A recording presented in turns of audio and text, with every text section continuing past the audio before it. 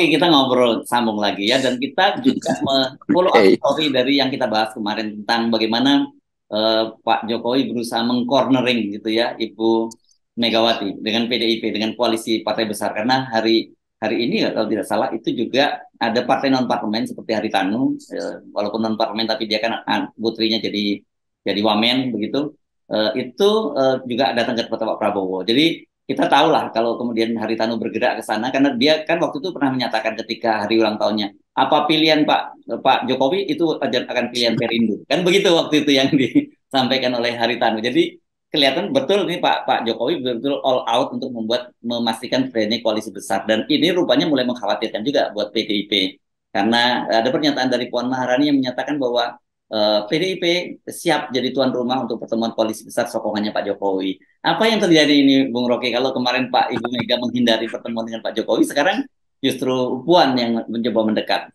Selalu dalam politik ada bagian yang konservatif, ada bagian yang moderat. Kira-kira begitu. Nah, bagian konservatif di PDIP adalah Ibu Mega yang mau bersikeras pada soal ideologi. Tetapi Puan, tentu dia juga, walaupun dia putri Ibu Mega, tapi dia merasa ada dia kejar-kejaran dengan usia politiknya, tuh. Bukan usia biologisnya, tapi sebagai orang yang udah ketagihan kekuasaan, tentu Puan juga punya hitungan sendiri tuh.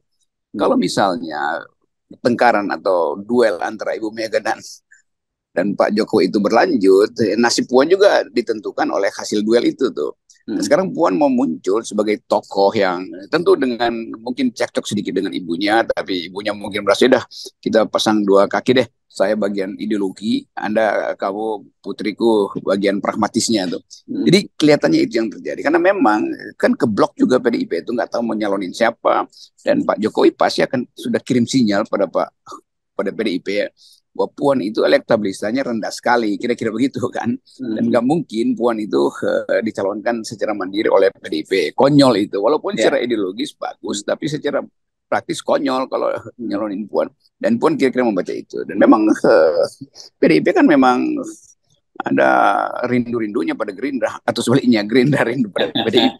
Jadi kelihatannya itu yang akan ditetapkan. Nah, kalau itu terjadi ya itu semua blok itu selesai. Jadi akan ada duel aja antara Prabowo Jokowi, atau kemarin kita bilang apa tuh, perawi.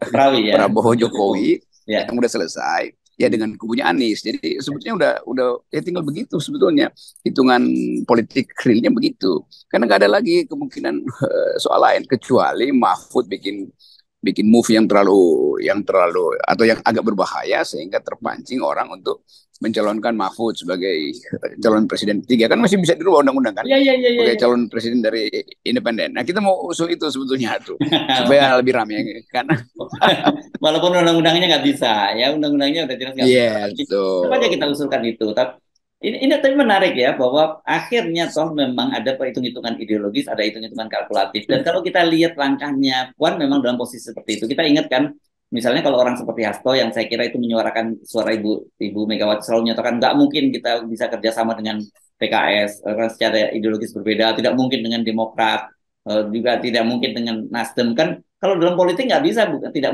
mungkin begitu. Tapi kemudian kita ingat pada waktu itu kan, Puan katanya dia seperti katakan oleh Babang Pacul mendapat tugas untuk menjalin komunikasi dengan semua partai, begitu. Jadi ya, memang kelihatan sekali ini perannya berbeda-beda gitu. Ya, emang dari awal kan Mega sudah tugaskan Puan untuk pergi sowan ke semua ketua Boda segala hal tuh. Tapi balik lagi pada posisi itu. Kita mau hitung sebetulnya Puan potensi untuk memimpin kalau dari awal diajukan. Jadi ini akibat dari Ibu Mega masih berupaya untuk tundukkan Jokowi. Sebetulnya dia pusing sendiri kan, tiba-tiba Hmm. nggak bisa ditaklukkan lagi tuh. Jadi sekali lagi pasti ya udah koalisi besar itu. Dan kalau Puan mendekat itu artinya Ganjar yang gigit jari akhirnya kan. Hmm. Sebetulnya di ujung permainan kekuasaan yang tersingkir adalah Ganjar. Dan itu Ya. buat Ibu Mega ya dah, saya puas juga deh. Pokoknya dengan Ganjar kira-kira begitu tuh. Jadi dulu kan kita udah analisis, milih mana Ganjar atau Prabowo. Bagi Megawati lebih lebih aman dengan Prabowo yang nggak mungkin mengambil alih partai PDIP karena Pak Prabowo udah punya Gerindra. Kalau Ganjar masih dianggap sebagai caloknya Jokowi kan. Di dalam Ya. pikiran Ibu Mega begitu kira-kira. Jadi kira-kira kesepakatan itu terjadi, oke, lebih pragmatis lah PDIP. Yang penting bukan orang Jokowi itu, yaitu Ganjar. Kalau Hmm. Prabowo ya orang Jokowi juga, tapi nggak punya potensi untuk menganeksasi Hmm. PDIP seperti ambisinya Muldoko untuk menganeksasi Demokrat. Tapi di luar itu saya kira juga perhitungan dari sisi usia biologis dan berkaitan dengan usia politis, kan begitu ya? Yes. Usia biologis Pak Hmm. Pak Prabowo tentu mungkin berhitung buat Ibu Mega hanya 1 periode cukup gitu. Sementara usia Ya, ya. biologisnya Puan itu juga masih cukup panjang. Kalau katakanlah Ganjar yang masuk kan minimal 2 periode dan itu praktis Puan selesai gitu kan. Saya kira ada yang kirim utusan ke Pak Prabowo dan Pak Prabowo dapat pesan itu. Oke, saya paling 1 periode, tapi nanti saya akan jadikan Puan itu sebagai menteri utama misalnya tuh, sehingga dia bisa magang di situ. Kan lebih baik Puan magang di Prabowo, lebih lebih aman sebetulnya. Dan saya kira Ibu Mega juga sayang pada Pak Prabowo, sering dibuatin makanan. Nah sekarang yang akan menyiapkan menu politik adalah Puan. Kalau menu nasi goreng lah Ibu Mega. Jadi kita jadi kita senang juga lihat perkembangan yang dari dulu kan kita Yes. coba analisis dari dulu bahwa nggak mungkin Gerindra itu berpisah dari PDIP. Di ujungnya tuh akan ada realignment atau new aliansi baru tuh. Dan itu ya Pak Jokowi akhirnya bilang ya oke lah kalau begitu tuh. Jadi gampangnya begitu. Jadi yang sakit hati ya pasti Ganjar yang udah dijago-jagoin tiba-tiba lenyap di dalam Ya, pertarungan politik. Itu ya. akibat dari anak nakal. Tapi begini ya, Bung Rocky, saya kira orang membayangkan bahwa koalisi besar itu oke pasti menang dari suaranya cukup besar. Walaupun sebenarnya kita tahu banyak juga gerbang kosong di situ. Tapi juga Iya. persoalan kesulitan dalam bagi-bagi kekuasaan gitu ya. Nah, saya membayangkan misalnya yang ya kalau ini Cak Imin pasti lucu-lucuan aja. Dia udah bilang bahwa oke kita siap gabung dengan koalisi besar tapi cawapresnya harus Cak Imin kan itu kita anggap lucu-lucuan lah gitu dan begitu disinggung soal kardus kemudian dia pasti langsung balik kanan kan begitu. Tapi ada orang seperti Erlangga Hartarto juga saya kira yang juga tidak mudah untuk diajak kompromi bahwa dia ya kembali oke lah tetap masuk dalam kabinet dan jatahnya jatah menteri saja gitu seperti sekarang yang terjadi. Karena dia juga pasti punya keinginan sendiri. Saya anggap bahwa di ujung nanti Pak Prabowo sangat cerdik Hmm. untuk terlalu cerdik untuk diperas oleh partai-partai Hmm, hmm, kecil hmm, ini kan. Jadi bagi Prabowo ya udah dia terima Golkar, dia terima PDIP dan dibagi tiga aja kan. Jadi mungkin 10% ada di Golkar, 30% ada di PDIP, sisanya ada pada Gerindra. Yang lainnya dikasih dirjen-dirjen lah atau komisaris lah. Yang P3, PAN, segala macam. Kan kita bisa baca kemampuan Pak Prabowo untuk di depan. Dia bilang, oke silakan masuk semua. Tapi nanti ada filter dong. Ya, Masa ya, P3 ya. minta menteri dari mana ceritanya? Bang, separuh dari P3 ke Anies kok. Demikian juga Ya, PAN tuh. Itu ya. Prabowo apalah yang sosok itu. Jadi betul-betul udah benar itu kalau Puan masuk di situ ya PDIP pasti akan ada di dalam koalisi kekuasaan nanti itu demikian juga Golkar yang lain-lain ya bisa gigit jari juga. Ya. Oke. Dan Tetapi ilmunya ya. Prabowo adalah menang dulu nanti bagi-bagi itu hitungan lain.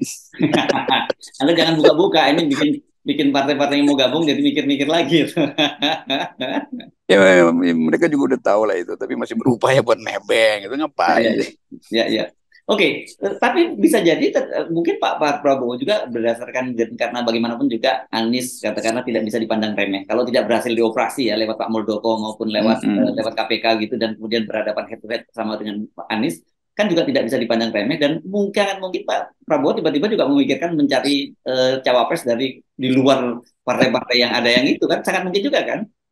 Sangat mungkin kalau kalau geng Anies, kelompok Anies merasa bahwa dia bakal kalah dan ingin bikin kejutan dalam politik, ya udah Anies gabungannya sama Prabowo tuh. Sehingga cuma ada Ya itu satu calon calon maka tunggal batal dong lah pemilu namanya kan. itu. Nah karena itu pemilu batal akhirnya kan, Ya, kocok ulang. oke. Itu kan nggak boleh ada calon tunggal. Oh iya iya iya bisa jadi. Tapi bisa diatur kalau kayak gitu. Kalau itu yang terjadi bisa Ya, diatur. bisa lah. Iya iya. Jadi Tapi lucu kelihatannya ya. Jadi gara-gara mereka ini main 20% jadinya seperti jadi lucu-lucuan begini ya. Ini akibat berebut 20% tuh, dan kemampuan kita untuk membaca masa depan politik Indonesia itu ditentukan sejak sekarang dengan membayangkan bahwa Jokowi pada akhirnya itu kalah di dalam upaya untuk mewariskan legasinya. Begitu Prabowo dilantik, ya tentu seluruh kualitas yang dijanjikan sebelum pemilu akan berbeda dengan apa yang diputuskan setelah pemilu. Itu yang disebut jarak antara election dan decision. Dan Yes. Prabowo punya cara sendiri untuk mengatur kabinet. Ya, tetapi kalau kita melihat peristiwa yang terjadi di Indonesia saat ini, itu sehebat-hebatnya skenario yang mereka susun, gitu, ternyata tidak bisa melawan skenario yang perubahan sosiologis yang terjadi itu ya. Karena kita kan tidak bisa pernah membayangkan bahwa Pak Jokowi akan mengalami kerepotan seperti sekarang ini ya. Karena kalau lihat persiapan yang lama dilakukan oleh Pak Jokowi itu kan kelihatannya Pilpres 2024 itu tinggal ketok palu gitu. Pilihannya kalau dia tidak bisa memperpanjang masa jabatannya, ya pasti proksinya yang akan terpilih. Ternyata tidak sesederhana itu gitu, kalau saya di lapangan. Itu bahayanya kalau Pak Jokowi nggak punya tim yang bisa diatur sendiri. Kan dia diatur oleh banyak tim dan dia mendengar banyak masukan tuh, kiri kanan diterima tuh. Tapi yang lucu adalah Jokowi di ujung kepemimpinannya justru makin merosot kan. Jadi penghargaan terhadap Jokowi akan sangat sangat turun tuh. Dan ya upaya terakhir Pak Jokowi adalah berupaya narik investor, ikut pameran apa namanya di luar negeri, disuruh menteri-menterinya supaya seolah-olah Indonesia itu adalah lahan investasi. Itu udah selesai sebetulnya. Jadi kita selalu usul supaya mending Pak Jokowi kasih pidato aja. Buat saya tidak akan lagi intervensi, udah cukup. Itu bisa bikin orang sedikit menganggap oke, Pak Jokowi akhirnya balik pada semacam wisdom itu. Tapi itu juga ditentukan oleh oligarki di belakangnya tuh kan, oligarki tetap ingin meres Jokowi di hari-hari terakhir. Nah ini yang bahaya kalau Jokowi kehilangan akal atau memang tidak mampu untuk menuntun bangsa ini, dan di akhir masa jabatan berantakan sumber daya kita disedot lagi, dan keputusan-keputusan politik strategis tidak bisa dia buat karena dia sendiri nggak punya grip lagi tuh. Di sejak sekarang sebetulnya benar yang dikatakan siapa Pak BG bahwa auranya udah pindah ke Prabowo. Dan begitu auranya pindah, itu nggak mungkin lagi diambil pulang. Ya, jadi udah dalam kosmologi Jawa ini kan pulungnya sudah pergi ya. Orang kalau udah pulungnya udah jatuh di Hambalang tuh ya. Yes.